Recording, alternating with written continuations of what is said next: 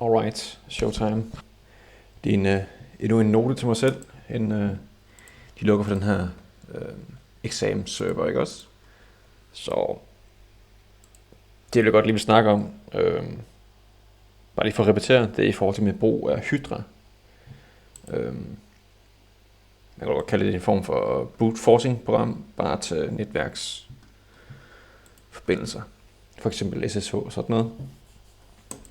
Så har jeg set nogle videoer på YouTube, og de er fucking elendige. Så er det sagt. Der er en masse gøjler, de siger bare, jamen du skal bare lave din egen fil, hvor der står admin.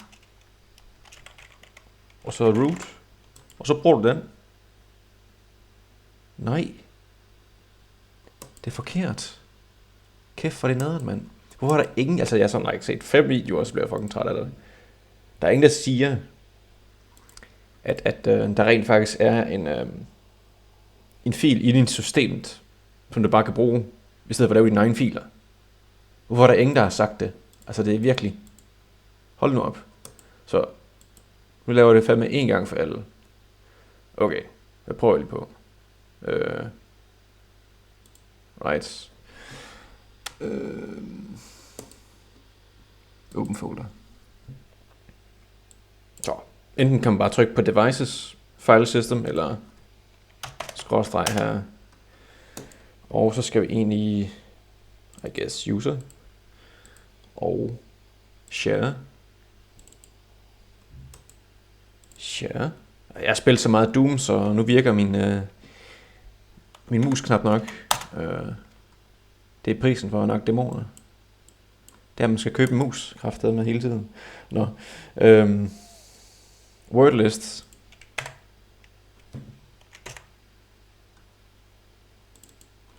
Der er simpelthen en wordlist i forvejen. For eksempel rock you. God gammel rock you. Men det er ikke den, vi skal bruge. Vi skal bruge Unix underscore users. I den her eksempel.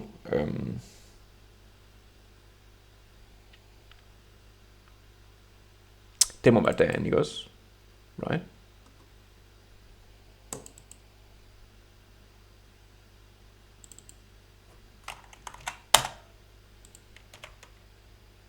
Ja, der er både Unix passwords og Unix users. I stedet for at lave din egen fil. Altså det er da lidt gøjlet. Når man kan bruge dem her, ikke også?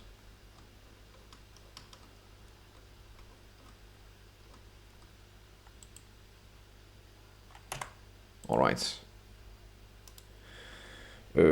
2 sekunder. Hvad vil være det smart at gøre nu? Jeg går ud for, at I bare åbner terminalen herfra.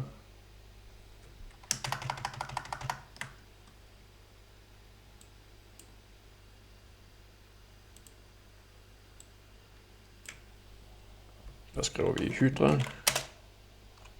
Og så stort L, fordi nu bruger vi en fil, i stedet for bare en enkelt værdi, som så hedder Unix users. Bum bum. Og det her tilfælde, med den her øvelse, der kender vi allerede adgangskoden, eller de bruger den samme adgangskode i samtlige deres systemer. Så derfor bruger vi bare en lille p, for at sige, at den skal bruge den samme adgangskode hver gang. For det her tilfælde, så er det bare netcompany 1, 2, 3. Og så IP-adressen. Først SSH.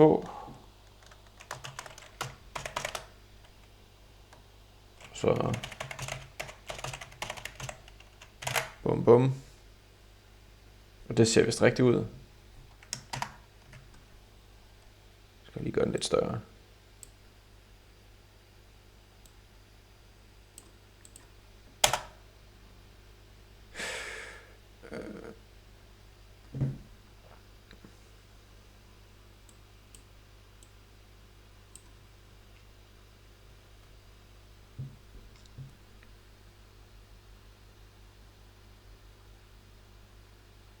Og det burde gå relativt hurtigt. Ja. Login, det er root. Password. 1, 2, 3. Så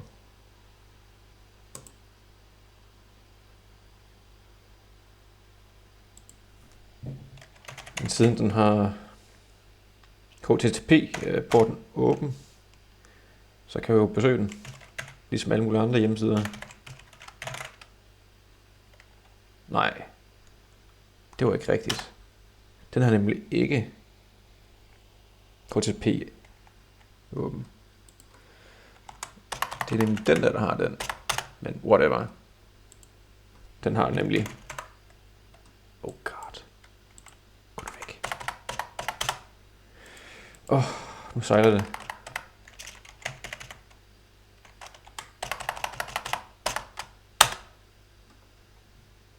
Ja? Fair nok. Men den bruger i hvert fald sammen med adgangskode.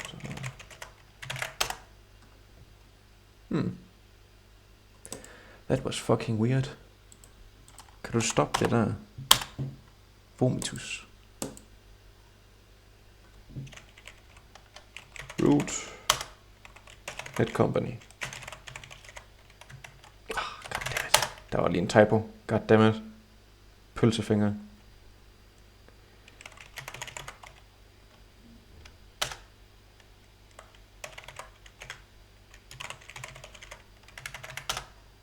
Sådan der.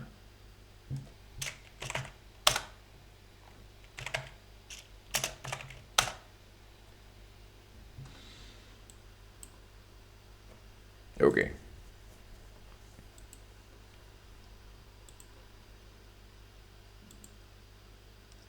Men det var primært det.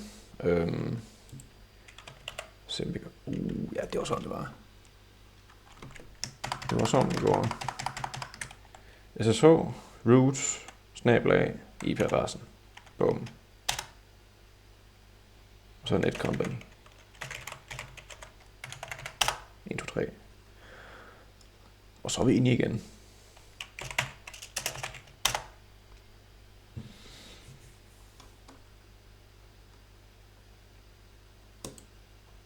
Så, ja. Note to self. Der findes allerede tekstfiler, som der har en masse brugernavn og adgangskoder. Så brug dem. Det var sådan set det. Så happy hacking.